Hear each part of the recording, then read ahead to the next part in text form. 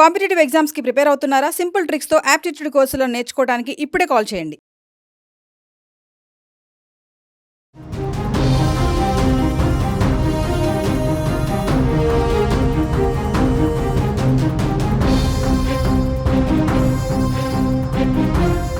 నమస్తే, welcome to our channel. ప్రస్తుతం మనతో పాటు ఉన్నారు అనలిస్ట్ రామకృష్ణ గారు. సార్తో మాట్లాడదాం. నమస్తే సార్. నమస్కారం అమ్మా. సార్, మరి ఇప్పుడు అమెరికాలో ఉద్యోగాలు సంగతి చూసుకున్నా, చదువుకోవడానికి వెళ్ళాలనుకునే వాళ్ళు, స్టూడెంట్స్ పరంగా చూసుకున్నా, మరి బాధ్యతలు చేపట్టాక మన భారతీయులకు వచ్చినటువంటి కష్టాలు ఏంటి, నష్టాలు ఏంటి, జాబ్స్ ఉంటాయంటారా?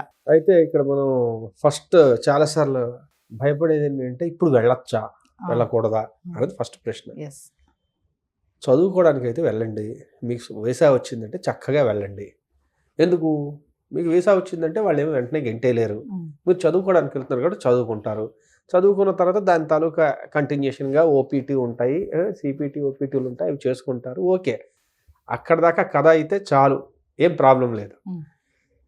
అక్కడి నుంచి దీని ద్వారా మీరు ఉద్యోగం తెచ్చుకొని అక్కడ సెటిల్ అయ్యి ఒక సిటిజన్గా మారదాము, లేకపోతే గ్రీన్ కార్డు తెచ్చుకుందాము అనుకుంటే మాత్రం, అంటే సినిమా ఫస్ట్ పార్ట్ తీసేస్తే ఓకే, మీరు సీక్వెల్ ప్రీక్వెల్ ఇవన్నీ చేద్దాం అనుకున్నారు అనుకోండి, పార్ట్ 2, పార్ట్ 3, పార్ట్ 4 అయితే కొంచెం ఆగండి. ఇప్పుడు ఎందుకయ్యా అంటే ఇక్కడ చాలా పరిస్థితి కొంచెం అనిశ్చితత చాలా ఎక్కువ ఉంది. ఆల్రెడీ ఆయన మొన్న ఒక సైన్ చేసిన ఎగ్జిక్యూటివ్ ఆర్డర్ ఏదైతే ఉందో దానిలో చాలా పెద్ద షాక్.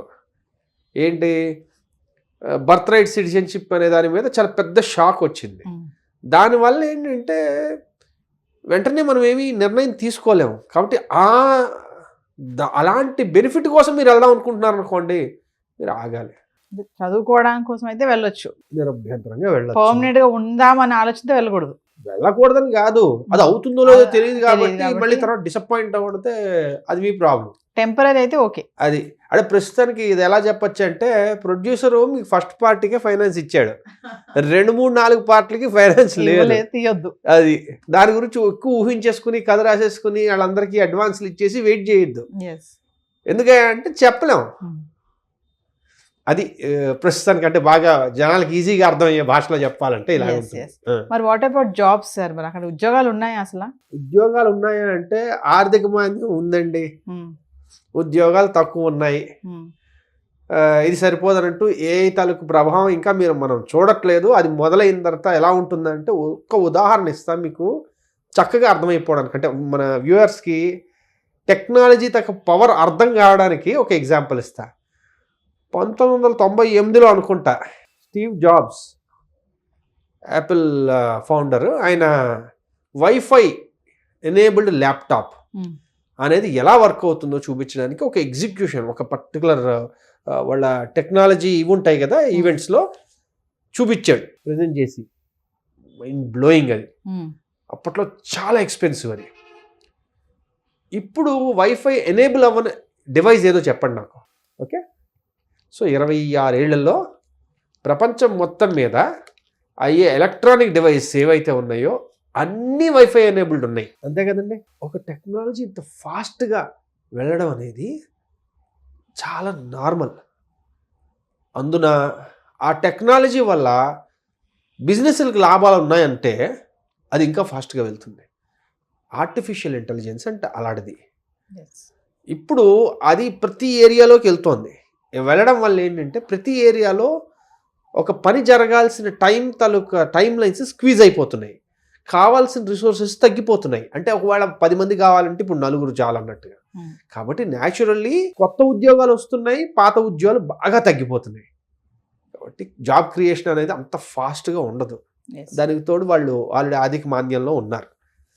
కాబట్టి ప్రస్తుతానికైతే జాబ్స్ తక్కువగానే ఉన్నాయి. చాలామంది ఎంఎస్లు కంప్లీట్ చేసుకుని ఓపీటీ ఎక్స్టెన్షన్లు పెట్టించుకుని చాలా ట్రై చేస్తున్నారు, అక్కడే వెయిట్ చేస్తున్నారు ఎప్పటికైనా వస్తాయని. కానీ కొంచెం కష్టంగా ఉంది, ఇదైతే వాస్తవం. ఈ అడ్మినిస్ట్రేషన్ దృష్టి ఎలా ఉంటుందనేది ఒకసారి ఆలోచించుకుంటే, మనం అనుకున్నాం లాస్ట్ టైం ఒకసారి మాట్లాడుకుంటున్నప్పుడు, ఇంకా అధ్యక్ష ఇవి ఎన్నికలు జరగాలి, జరిగిన తర్వాత ఎవరు వస్తారో అన్న దాన్ని బట్టి కంపెనీలు నిర్ణయించుకుంటాయి మేము ఇన్వెస్ట్ చేయాలా వద్దా అన్నది. సో ఇప్పుడు తెలిసిపోయింది, ట్రంప్ గెలిచేశాడు, ట్రంప్ అధికారంలోకి కూడా వచ్చేసాడు. ఈయన ఎలాంటి వాడయ్యా, బిజినెస్ని బాగా డెవలప్ చేయాలని కోరుకునే మనిషే, ఎక్కువగా అమెరికాలోని మ్యానుఫ్యాక్చరింగ్ అవ్వాలని కోరుకునే మనిషే. కాబట్టి ఆయన జాబ్ క్రియేటరే. As a businessman is a job creator. అదే పనిలో ఎలాన్ మస్క్ని ఆయన అడ్మినిస్ట్రేషన్లోకి తీసుకున్నాడు, ఆయన జాబ్ క్రియేటరే. కాబట్టి వీళ్ళు చెప్తే చేసే రకాలు, శశబిషలు ఉండవు. ఒకటి. రెండోది ఏంటంటే బిజినెస్ డెవలప్ అయితేనే ఎకానమీ డెవలప్ అవుతుందని చాలా ప్రగాఢంగా విశ్వసించేవాళ్ళు వీళ్ళు. కాబట్టి జాబ్ క్రియేషన్ అనేది వీళ్ళకు one of the important aspect అనమాట, వీళ్ళు ముందుకు తీసుకెళ్లాలనుకుంటుంది. కాబట్టి జాబ్ క్రియేషన్లో భాగంగా ఏమైనా కొత్త ఉద్యోగాలు రావచ్చు, వీళ్ళు దాన్ని సపోర్ట్ చేయొచ్చు అనేది నా ఉద్దేశం. ట్రంప్ అంటున్నాడు కదా సార్, స్మార్ట్ గైస్ కావాలి నాకు, టాలెంట్ ఉన్న వాళ్ళకే నేను ఇప్పుడు ఎంట్రీ ఇస్తాను, వాళ్ళకే H1B వీసా కూడా అలొకేట్ ఉంటుంది, ఎవరు పడితే వాళ్ళు రావడానికి లేదు, ఎందుకంటే టాలెంట్స్ ఉంటే వాళ్ళు ఇంకొంతమందిని ట్రైన్ అప్ చేస్తారు. ఇంకోటి ఏంటంటే అమెరికా యొక్క ఆర్థికాభివృద్ధి కూడా బిజినెస్ వీళ్ళ యొక్క దాని మీద టాలెంట్ ఉంటేనే మాది కూడా డెవలప్ అవుతుందన్న ఒక ఆలోచనతో ఉన్నారు. కాబట్టి అంటే ఎవరు పడితే వాళ్ళు ఇప్పుడు అమెరికా వెళ్ళిపోవాలన్న ఆలోచన నుంచి బయట రావాలి అని అంటారా? అంటే మనం H1B తనకు ముఖ్య ఉద్దేశం ఆలోచించాలి. అసలు H1B అనేది ఎందుకు పెట్టారు? ఎక్సెప్షనల్లీ టాలెంటెడ్ పీపుల్, వాళ్ళకి ఎవరైతే పనికొస్తారో వాళ్ళకి యాజ్ దాన్ని ఏమంటారు ఎక్స్టెన్షన్ వాళ్ళు ఇస్తున్నారు అనమాట. అయ్యా రండి మా దగ్గర పని చేయండి, మీ టాలెంట్ మా దేశానికి చాలా అవసరం. కాబట్టి దాన్ని ఏ రకంగా పరిగణించాలి, ఎలాగ వాళ్ళ టాలెంట్ని దాని అంటారు మెజర్ చేయాలి అంటే, ఇంతకుముందు ఒకసారి చెప్పినట్టుగా వాళ్ళు బహుశా పెడితే ఎక్స్ అమౌంట్ ఆఫ్ శాలరీ కన్నా ఎక్కువ ఉన్న వాళ్ళనే H1Bలకి అర్హులుగా చేస్తాం అనొచ్చు. మీరు ఇప్పుడు అన్నారు చూడండి, ఎలాగ మారబోతుందంటే అదొక ఆప్షన్ ఉంది. దానివల్ల ఏమవుతుంది అంటే ఎవరు పడితే వాళ్ళు H1Bలకి అర్హత పొందరు. అర్థమైంది కదా. అదేవిధంగా వాళ్ళు కొన్ని స్పెసిఫిక్ ఇండస్ట్రీస్ మీద ఫోకస్ చేయొచ్చు. అది డిఫెన్స్ అవ్వచ్చు, లేకపోతే ఆర్టిఫిషియల్ ఇంటెలిజెన్స్ అవ్వచ్చు, లేకపోతే ఇంకేమైనా స్పెసిఫిక్ రంగాల్లో వాళ్ళు దృష్టి పెట్టి ఈ రంగాలు మాకు బాగా ఇంపార్టెంట్ కాబట్టి ఈ రంగాల్లో ఎక్సెప్షనల్లీ టాలెంటెడ్ పీపుల్ని నేను తీసుకుందాం అనుకుంటున్నాను, వాళ్ళకి ప్రయారిటీ ఉంటుంది అని కూడా అనొచ్చు. ఎందుకంటే ఇందాక అనుకున్నాం కదా, వాళ్ళు ఏంటంటే వాళ్ళకి ఒక క్లియర్ విషయం అర్థమైపోయింది, ఈ 4 ఏళ్లే ఉంది బై, ఏం చేయాలని 4 ఏళ్ల మనం చేసేయాలి. కాబట్టి ఇంక ఇందులో అనుమానాలు లేవు. అర్థమైందండి. అందుకు చేసేది చాలా స్పీడ్గా చేస్తారు, అనుకున్న విషయాన్ని చాలా క్లియర్గా వాళ్ళు కమ్యూనికేట్ చేసేస్తున్నారు. కాబట్టి వాళ్ళు జాబ్ క్రియేషన్కే ఉన్నారు తప్ప ఏదో పాపులిజం ఇలాంటివి లేవు. గవర్నమెంట్ జాబులు చాలా పోతాయి, అది క్లియర్గా ఉంది. కానీ ప్రైవేట్ జాబ్స్ చాలా క్రియేట్ అయ్యే అవకాశం అయితే చాలా క్లియర్గా వాళ్ళ ఉద్దేశం అయితే మాటల్లో కానీ వాళ్ళు చేసే పనుల్లో కానీ అది కనబడుతుంది. కాబట్టి కొంచెం పాజిటివ్ అవుతుందని అనుకోవచ్చు మనం. మన వాళ్ళు కూడా చాలా మంది సార్ టాలెంట్స్ ఏం లేకుండా ఏదో అంటే ఫ్యాషన్ కోసము, ప్రెస్టేజ్ కోసము అక్కడికి వెళ్ళిపోవాలి, అమెరికాలో ఉండాలని కూడా వెళ్తున్నారని అనుకోవచ్చు అంటారా? వెళ్తున్నా, ఎందుకు వెళ్ళట్లేదు, చక్కగా అలాంటి వాళ్ళు చాలా మంది ఉన్నారు. ఓకే, కొన్ని వేల మంది స్టూడెంట్స్ అక్కడికి వెళ్ళి చదివేదానికంటే దాన్ని ఏమంటారు పార్ట్ టైం చేసుకుంటూ అక్కడ ఎలాగోలాగా ఎస్టాబ్లిష్ అవ్వాలనుకున్న వాళ్ళు చాలామంది ఉన్నారు. అయితే ఏంటంటే అలాగా చేయడం వల్ల ఇప్పుడు ఆ H1B అనేది కొంచెం కష్టతరం అవుతుంటుంది.